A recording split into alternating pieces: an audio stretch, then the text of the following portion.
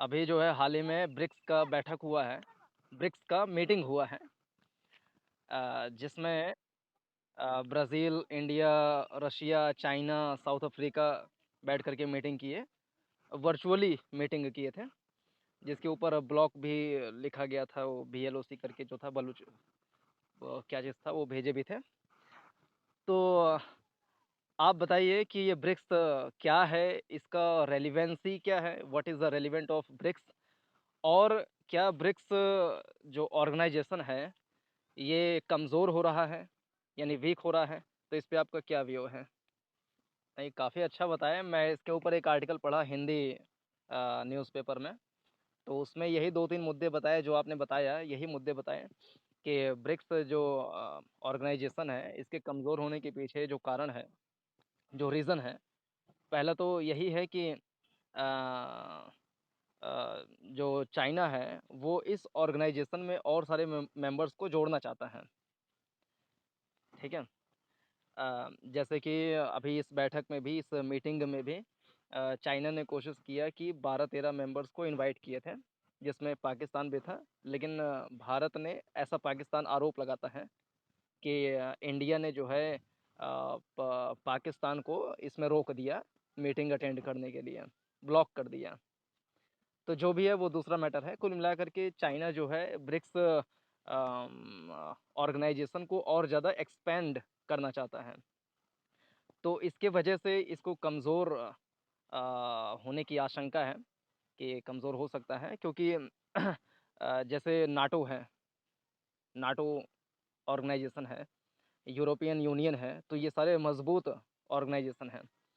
तो चाइना चाहता है कि हम भी अपने आप को मज़बूत करें, स्ट्रॉन्ग करें, क्योंकि इसमें जो भी कंट्री हैं वो कमज़ोर हैं। मतलब चाइना तो मज़बूत है इकोनॉमिकली, इंडिया भी मज़बूत है, लेकिन रशिया यूक्रेन वॉर की वजह से, जैसा कि आपने बताया कि यूक्रेन वॉर की वजह से रशिया काफ़ी कमज़ोर है, और साउथ अफ्रीका भी इकोनॉमिकली कमज़ोर है, और ब्राज़ील भी उतना ज़्यादा मज़बूत नहीं है। यानी ब्रिक्स में अगर इकोनॉमिकली देखें तो इंडिया और चाइना ही मज़बूत हैं, बाकी सारे कमज़ोर हैं। तो पहला रीज़न तो ये है जो कि चाइना चाहता है कि इसको एक्सपेंड किया जाए, और एक्सपेंड करने में एक देश है अर्जेंटीना, चाहता है कि अर्जेंटीना को इसमें शामिल करें। तो अर्जेंटीना का विरोध, विरोध जानते हैं? विरोध, हाँ, ठीक। विरोध करेगा ब्राज़ील कि नहीं, अर्जेंटीना को शामिल नहीं कर सकते, क्योंकि अर्जेंटीना और ब्राज़ील के बीच में थोड़ा-सा टेंशन है। और चाइना चाहता है कि अफ्रीकन कॉन्टिनेंट में एक कंट्री है सेनेगल, और एक कंट्री है नाइजीरिया। तो सेनेगल, नाइजीरिया को शामिल करें इसमें। तो साउथ अफ्रीका नहीं चाहेगा कि सेनेगल और नाइजीरिया को इसमें शामिल करें, क्योंकि इससे साउथ अफ्रीका कमज़ोर पड़ेगा अपने कॉन्टिनेंट में, क्योंकि इनकी जो इम्पोर्टेंस है वो ज़्यादा बढ़ेगा। फिर तीसरा, एशियन कॉन्टिनेंट में देखें तो इंडोनेशिया को चाहता है चाइना कि इसमें शामिल करें। तो इंडोनेशिया को शामिल करेंगे तो भारत, इंडिया सपोर्ट में है, क्योंकि इंडोनेशिया और इंडिया का जो रिलेशंस हैं वो अच्छे हैं, बहुत ज़्यादा नहीं लेकिन फिर भी अच्छे हैं। पाम ऑयल ये सब इंपोर्ट कराते हैं, काफ़ी सारे लोग वहाँ पर रहते हैं इंडिया के। तो और अगला कंट्री है पाकिस्तान। पाकिस्तान अगला कंट्री है, तो इंडिया नहीं चाहेगा कि ब्रिक्स में पाकिस्तान शामिल हो, क्योंकि वही मेन रीज़न यही है कि ब्रिक्स को अगर बढ़ाना ही है तो मजबूत करना पड़ेगा उसे। अब बढ़ाएं भी, कमज़ोर हो तो अच्छा नहीं है, क्योंकि पाकिस्तान भी इकोनॉमिकली काफ़ी कमज़ोर देश है। तो इंडिया का यही व्यू है, या यही व्यू होना चाहिए, मतलब मेरा व्यू ये है कि अगर ब्रिक्स को बढ़ाएं भी तो उसमें जो मजबूत राष्ट्र हों, देश हों, उनको शामिल करें। ऐसे देशों को शामिल करने से बचें जो पैसे के मामले में कमज़ोर हों, और जिनका टेंशन्स बहुत ज़्यादा हों, और जिनको शामिल करने से अन्य देश, जो दूसरे देश हैं, विरोध करें, तो उनको शामिल करने से हम बचें। ऐसा मेरा व्यू है। जो इंडियन गवर्नमेंट है उसका व्यू ये नहीं है अभी फ़िलहाल। और जी, तो इसमें एक फैक्ट भी है, आप इसको चाहे तो लिख भी सकते हैं कि दुनिया की 40% ऑफ पॉपुलेशन जो है ब्रिक्स कंट्री के पांचों देशों में रहती हैं। लेकिन कुल दुनिया के जीडीपी का 25% ऑफ जीडीपी अकेले इन 5 देशों के पास है। यानी पॉपुलेशन वाइज तो 40% है, लेकिन जीडीपी या इकोनॉमिकली वाइज देखें तो खाली 25% है। तो इसको मजबूत अगर करना है तो अच्छे देशों को मिलाएं जो मजबूत देश हों। अम, अ, हाँ, एक और रीज़न है, अगर आप परमिशन दें तो हम बताएं। हाँ, तो एक दूसरा कारण रीज़न ये है कि ब्रिक्स कमज़ोर हो रहा है। उसके पीछे चाइना का जो एक्सपेंशन पॉलिसी है, विस्तारवादी नीति है, चारों तरफ फैलने वाली जो नीति है, वो भी इसके पीछे एक कारण है। चाइना जो है इंडिया के भी लद्दाख और LAC वाले क्षेत्र को, अक्साई चीन वाले क्षेत्र को लिया है, और गिलगिट बाल्टिस्तान वाला क्षेत्र पाकिस्तान चाइना को देना चाहता है, क्योंकि $2.3 बिलियन का लोन लिया है चाइना से।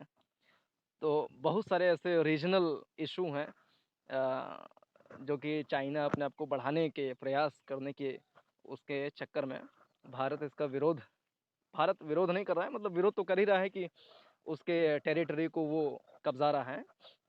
लेकिन ब्रिक्स के कमज़ोर होने के पीछे कारण ये भी है कि इनके जो आपस में देश हैं, जैसे इंडिया है और चाइना है, तो इनके रिलेशंस भी बहुत ज़्यादा अच्छे नहीं हैं। ट्रेड तो बहुत ज़्यादा होता है, यानी हमारा जो बाईलैटरल जो ट्रेड है बहुत ज़्यादा होता है, लेकिन जो टेरिटोरियल इशू हैं वो बहुत ज़्यादा हैं, टेंशन्स बॉर्डर पे बहुत ज़्यादा हैं।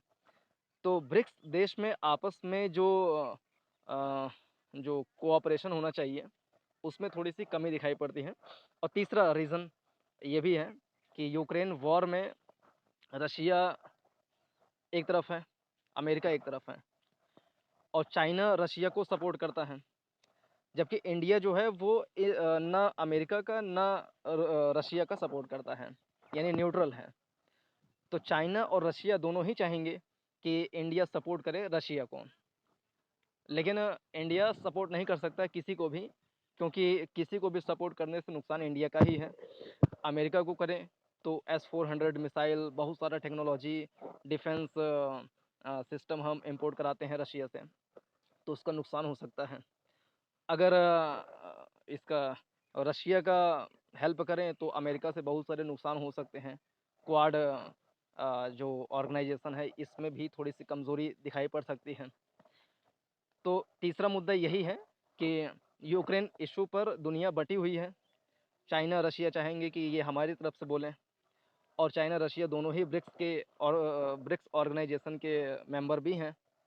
तो इस वजह से भी आंतरिक कलह जो है, इंटरनल प्रॉब्लम्स जो हैं, ये तीसरा रीज़न है जो कि ब्रिक्स कमज़ोर हो सकता है इसके पीछे। नहीं, बहुत बढ़िया आपने अपना वो पक्ष रखा कि कमज़ोर देशों को शामिल क्यों नहीं कर रहे हैं। तो इसका मोटिव अगर देखें जो बना है ब्रिक्स बना हुआ है, इसका मोटिव देखें तो आज से 20 साल पहले बना था ये ऑर्गेनाइजेशन। सन 2002 के पहले बना हुआ था। तो उस समय इस ऑर्गेनाइजेशन के बनने का जो रीज़न था वो यही था कि वेस्टर्न कंट्री में जो इकोनॉमिक सेंट्रलाइजेशन है उसको कमज़ोर करें, या कमज़ोर ना करें तो कम से कम उसको काउंटर करें। यानी पश्चिमी जो देश हैं, वेस्टर्न कंट्री हैं, उनकी इकोनॉमी हेजीमनी जो है उसके लिए हम एक ऑप्शन प्रोवाइड कर सकें कि 5 देश हैं, आपस में ट्रेड करते हैं, आपस में मीटिंग करते हैं, कैसे इंटरनेशनल ट्रेड को हम बैलेंस कर सकें, इस पे बातें करते हैं।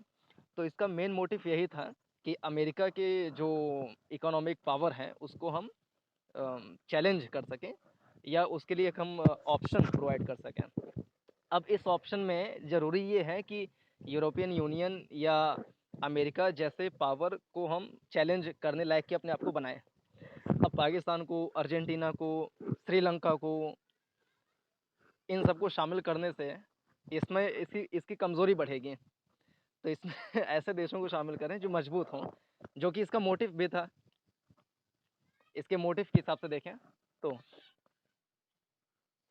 ये जो बीच-बीच में आप हिंदी वाले वर्ड बोलते हैं बड़ा अच्छा लगता है। हल करें हैं, हल करें। और एक बोले आप सहमत हैं, सहमत हैं। ऐसा वर्ड सुनने के बाद मज़ा ही आ जाता है, एकदम मज़ा आ जाता है। फिर आप सोचे कि सहमत पता नहीं मुझे समझ में आया कि नहीं, तो आप इत्तेफ़ाक बोल दिए फिर, इत्तेफ़ाक। तो अ, सही बात है जो आपने बताया कि जो रशिया, चाइना, इंडिया तीनों एक साथ में आ जाएँ तब तो मज़बूत हो ही सकता है। मतलब साथ तो हैं ही, लेकिन साथ होने के बाद भी कमज़ोर हैं। यही तो इसका प्रॉब्लम ही है। अ, दूसरा इश्यू मैं आपसे डिस्कस करना चाहूँगा, अगर आपने सुना हो, तो कोलंबिया एक कंट्री है साउथ अमेरिकन कॉन्टिनेंट में, कोलंबिया। तो कोलंबिया में एक नई गवर्नमेंट बनी है, जो कि लेफ्टिस्ट गवर्नमेंट है। आपको जानकारी है इस बात की? अच्छा, चलिए कोई बात नहीं। अ,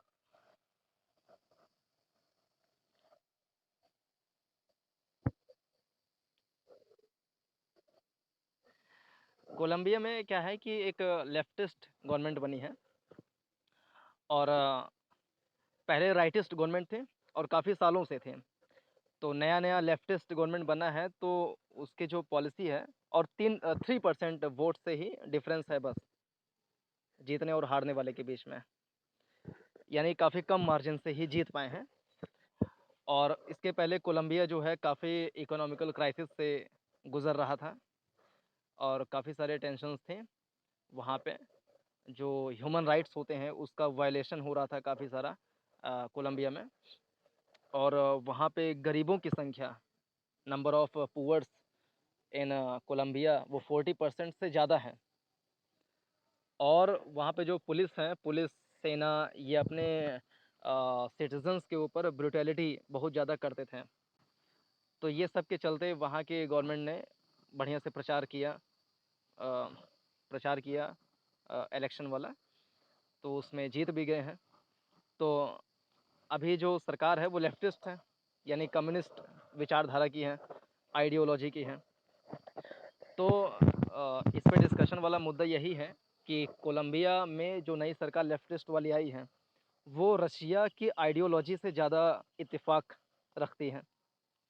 और वहाँ के जो इंटरनल इशू हैं बहुत सारे, उसको सॉल्व करने की जो विचारधारा है, जो आइडियोलॉजी है, वो अमेरिका से ताल्लुकात रखती है।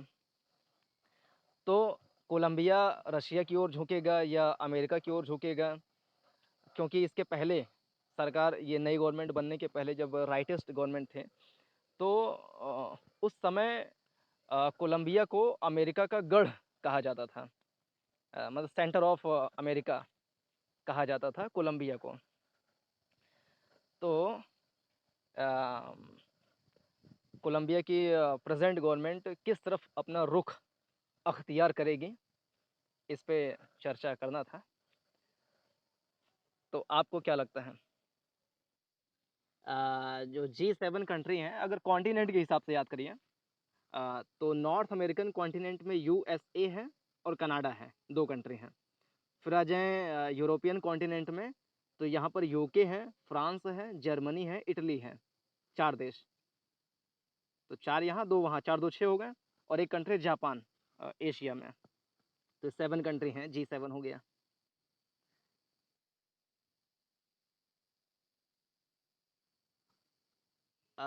यूरोपियन यूनियन नहीं, वो G20 में है। जो G20 है, वो बनता है न, हम बता रहे। जी, जो जी ट्व हुँ,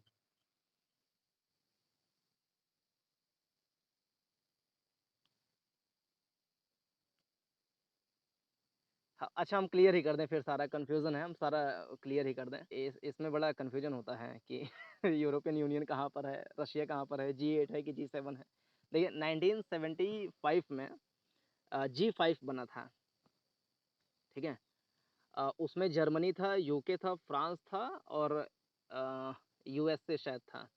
तो ये 5 देश मिल कर के बनाए थे G5। फिर अगले साल उसमें एक कंट्री को जोड़ दिए, पता नहीं किसको जोड़ दिए, इसको कनाडा को जोड़ दिए, तो बन गया था G6। फिर अगले साल नहीं, 1998 में रशिया को इसमें जोड़ दिए, तो बन गया था, सॉरी, 1976 में इसमें कनाडा को जोड़ दिए थे, तो बन गया था G7। और 1998 में इसमें रशिया को ऐड कर दिए थे, तो ये बन गया था G8। लेकिन 2014 में जब क्रीमिया, जो यूक्रेन का इलाका है, उसको रशिया ने कब्जा लिया था, मीन्स जान के ना, कब्जा लिया था, एक्वायर कर लिया था, तो 2014 में रशिया को G8 से निकाल दिया गया फिर, तो फिर से ये बन गया था G7। अब बात करें G20 की, तो G20 में 19 कंट्री हैं प्लस यूरोपियन यूनियन है। G7 में जो है यूरोपियन यूनियन नहीं है, बल्कि यूरोपियन कॉन्टिनेंट के 4 कंट्री हैं। जो G20 है उसमें 19 कंट्री प्लस यूरोपियन यूनियन है। हाँ जी, हाँ।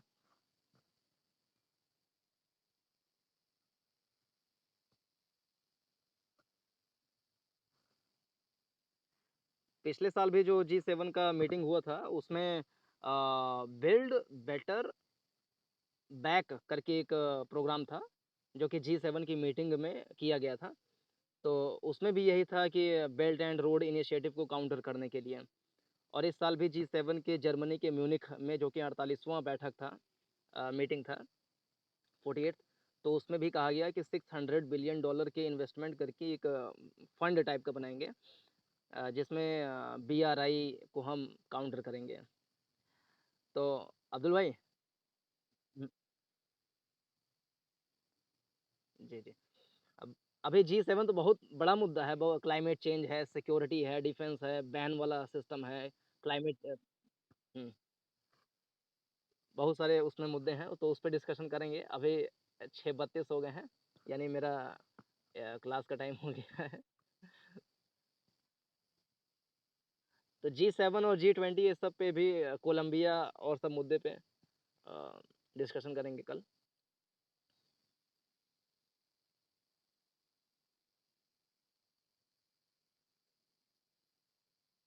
संडे को, हाँ।